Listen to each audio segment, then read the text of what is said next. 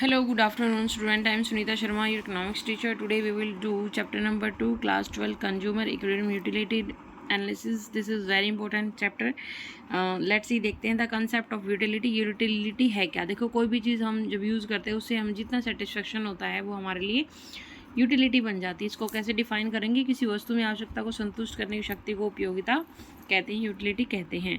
Want satisfy power of a good is called utility. कोई भी things आपकी जो उसकी सेटिस्फाई करने की पावर होती है आपकी नीड्स को, तो वो क्या कहलाती है? एक यूटिलिटी कहलाती है. इसको हम दो तरह से डिफाइन कर सकते हैं, न्यूमेरिकल्स, कार्डिनल ऑर्डर और ऑर्डिनल ऑर्डर. ठीक है, तो कार्डिनल में हमारा चलता है 1 2 3 4 आदि इस तरह काउंट किया जाता है. तो एक बार यही क्वेश्चन आया था कि कार्डिनल ऑर्डर की व्याख्या किसने दी है. ठीक है, तो मैं आपको वीडियो में एंड तक बता दूंगी किसने दी है कार्डिनल की डेफिनेशन. तो नेक्स्ट पॉइंट आता है हमारा total utility, marginal utility. Total utility हमारी जैसे किसी वस्तु से हमें कोई किसी वस्तु का उपभोग करने से जो हमें कुल उपयोगिता मिलते हैं उसको हम टोटल यूटिलिटी कहते हैं. यदि हम किसी वस्तु की 2 इकाइयों का उपभोग करने से हमें 10 यूटिल्स मिलती हैं तो उसमें दूसरी इकाई से 9 यूटिल्स मिलती हैं तो उसमें वो क्या हो गई? 19 यूटिल्स, यानी कि उसकी 19 इकाइयाँ होगी जो टोटल यूटिलिटी हो गई. उसके बाद मार्जिनल यूटिलिटी. मार्जिनल जहाँ पर आता है वहाँ पर क्या आ जाता है कि एक्स्ट्रा यूटिलिटी जोड़ दी जाती है, यानी सीमांत उपयोगिता. सीमांत उपयोगिता हमें हम इस फॉर्मूले को लेकर चलते हैं TUN-1, यानी कि किसी वस्तु के अतिरिक्त एक्स्ट्रा इकाई को यूज़ करते हैं जो उसकी उस इकाई से मिलने वाली उपयोगिता वो क्या कहलाती है? मार्जिनल यूटिलिटी कहलाती है. ठीक है, TUN-1 इसका जो है फॉर्मूला है. तो किसी वस्तु की एक अतिरिक्त इकाई का उपभोग करने वाली अतिरिक्त उपयोगिता को सीमांत उपयोगिता कहते हैं. यदि कि देखो 10 इकाई के उपभोग से 100 यूटिल मिलता है, फिर कह रहा है 11 इकाइयाँ जब हमने यूज़ की, 11 यूनिट जब हमने यूज़ किए तो उससे कितना यूटिल्स मिलता है? 105 यूटिल्स मिलता है. ठीक है, तो एक एक्स्ट्रा यूज़ करने से जो मिला. ओके, तो 105 यूटिल्स माइनस में 100, तो 5 यूटिल्स जो हमें वो मिली सीमांत उपयोगिता कहलाएगी, मार्जिनल यूटिलिटी कहलाएगी. तो इसमें हम ये वाला फॉर्मूला लगा देंगे TUN-1.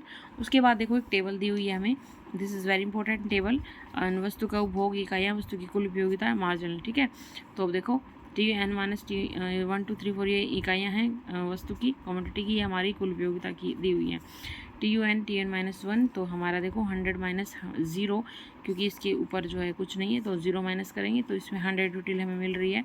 उसके बाद 190 में से 100 माइनस करते चलेंगे, नीचे में से ऊपर वाला माइनस करते चले जाएंगे, जो हमारा आएगा वो हमारा मार्जिनल यूटिलिटी आंसर आ जाएगा. ठीक है, this is very important video guys, और लाइक शेयर सब्सक्राइब जरूर कीजिएगा भाई. ओके, तो ये तो वही है जो ऊपर दिया हुआ है. तो अब देखो इसको हम एक डायग्राम से कैसे डिफाइन करते हैं. तो देखो ये हमारा y एक्सिस है और ये हमारा इधर x एक्सिस है. पर x एक्सिस पर हमने क्या लिया हुआ है? कंजप्शंस ऑफ कमोडिटी, यानी कि उसकी कंजप्शंस कितनी है कमोडिटी की. यहाँ पर हमें मिल रहा है TUN-MU. ठीक है, टोटल यूटिलिटी और मार्जिनल यूटिलिटी. देखो इनमें क्या रिलेशन होता है, जैसे जैसे आप टोटल यूटिलिटी जो है करते जाओगे तो उसकी मार्जिनल यूटिलिटी थोड़ी कम होती चली जाएगी.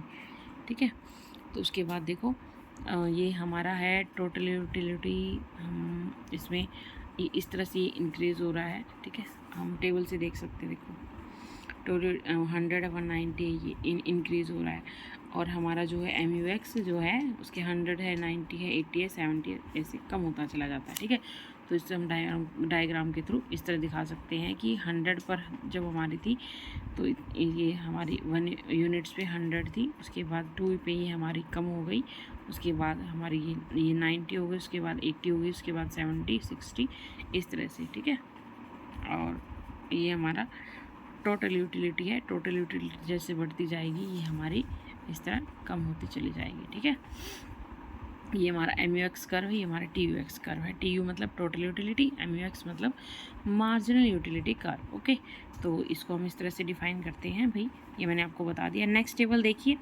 रिलेशनशिप बिटवीन टोटल यूटिलिटी और marginal utility. This is very important question. यहाँ से क्वेश्चन बनता है पेपर में, 12th के एग्ज़ाम में मोस्टली बनता है, और एस्टेट में भी आया है कई बार यहाँ से क्वेश्चन, और नेट के एग्ज़ाम में भी आपको देखने को मिलेगा.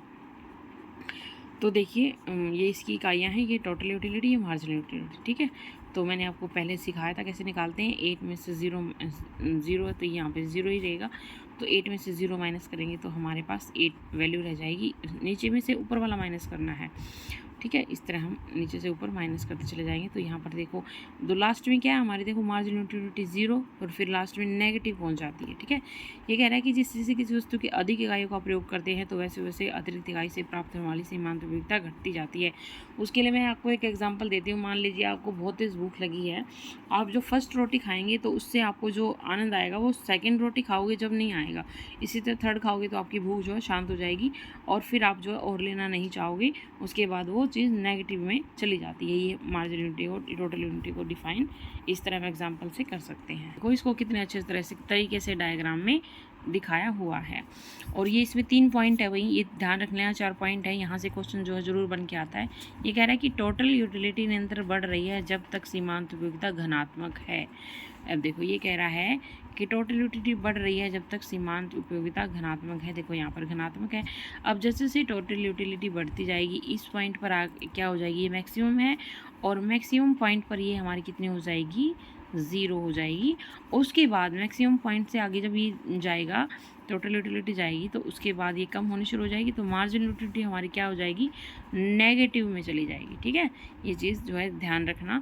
कई बार ये पॉइंट पूछ लेता है जब टोटल यूटिलिटी मैक्सिमम होती है तो उस पॉइंट पर मार्जिनल यूटिलिटी कितनी होगी।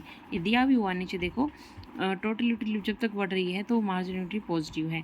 उसके बाद कुल उपयोगिता जब अधिकतम होती है तो मार्जिनल यूटिलिटी कितनी होती है, 0 होती है। देखो यहाँ पर दिया हुआ पॉइंट।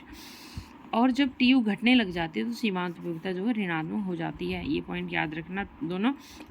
घटती हुई सीमांत उपयोगिता का अर्थ है कि कुल उपयोगिता का घटती दर पर बढ़ना सीमांत उपयोगिता कुल उपयोगिता की दर है। ठीक है, ये पॉइंट जो है वही नोट कर लेना और यहाँ से क्वेश्चन जरूर बन के आता है। तो ये काफ़ी इंपॉर्टेंट चैप्टर था, बहुत जल्दी ख़त्म हो गया।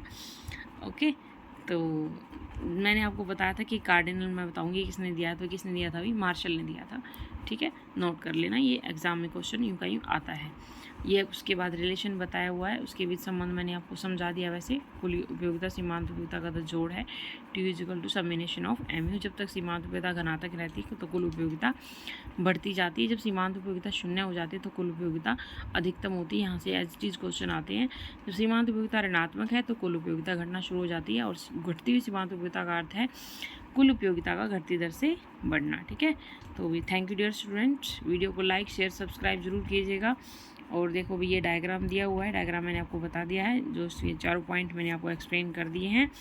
तो आप वीडियो को लाइक शेयर सब्सक्राइब कीजिएगा। सुनीता वैदिक इकोनॉमिक्स में जाकर देखोगे तो आप इस चैप्टर को जो है एक्सप्लेनेशन आप दोबारा भी देख सकते हैं। और चैनल के साथ जुड़िएगा, लाइक शेयर सब्सक्राइब जरूर कीजिएगा। Okay, thank you dear student.